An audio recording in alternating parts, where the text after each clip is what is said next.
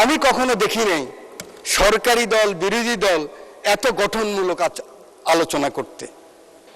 এই যেমন আমরা ৭১কে বুকে লালন করতে পারিনি, ধারণ করতে পারিনি, বারবার মিথ্যা চেতনার কথা বলেছি, কোন ক্রমে এই জুলাইয়ের চেতনা যেন কোনো আমলা হোক, এমপি হোক, মন্ত্রী হোক, কোনো কারো কারণে যেন জুলাইয়ের চেতনা নষ্ট না হয়, সেদিকে আমাদের সকলকে আমাদের নজর দিতে হবে।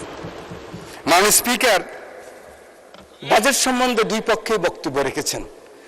আমার সিনিয়ররা আছেন যারা 40 বছরে পার্লামেন্টে আছেন, সেরকম সিনিয়র লিডারও আছেন।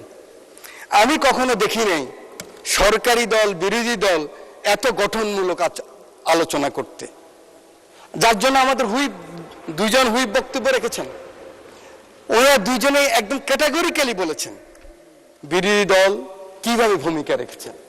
সরকারি দল আমরা যারা আছি, ডেমোক্রেসির প্রথম কথা হলো পেশেন্স, এবং ইসলামিক রাজনীতির প্রথম কথা হলো সবর। এই দিকেও সবর আছে, এই দিকেও পেশেন্স আছে। এই জন্য দুই দিককে আমি ধন্যবাদ জানাই, অভিনন্দন জানাই।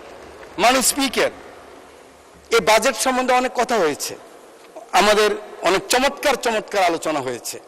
আমি যেটা বাজেট বুঝি, যেহেতু আমি ইকোনমিক্সের ছাত্রও নয়, আমি বাজেট সম্বন্ধে কোনো গবেষণা করি নাই, সেই লাইনে বক্তৃতা দিতেও আসি নাই। আমি এসেছি আমার মানবিক প্রধানমন্ত্রী, যিনি হাউসের নেতা, তিনি কিন্তু এই পাশের নেতা নয়, তিনি দুই পাশের নেতা। বিরোধী দলের নেতা, তিনি এই পাশের নেতা।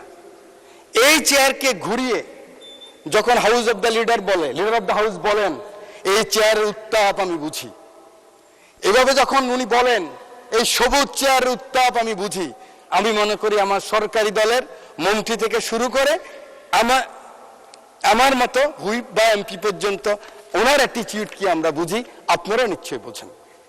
উনি যখন বলেন ৩৬ জুলাইয়ের পরে ৩৭ জুলাইতে উনি যখন পল্টনের জনসভায় বলেন,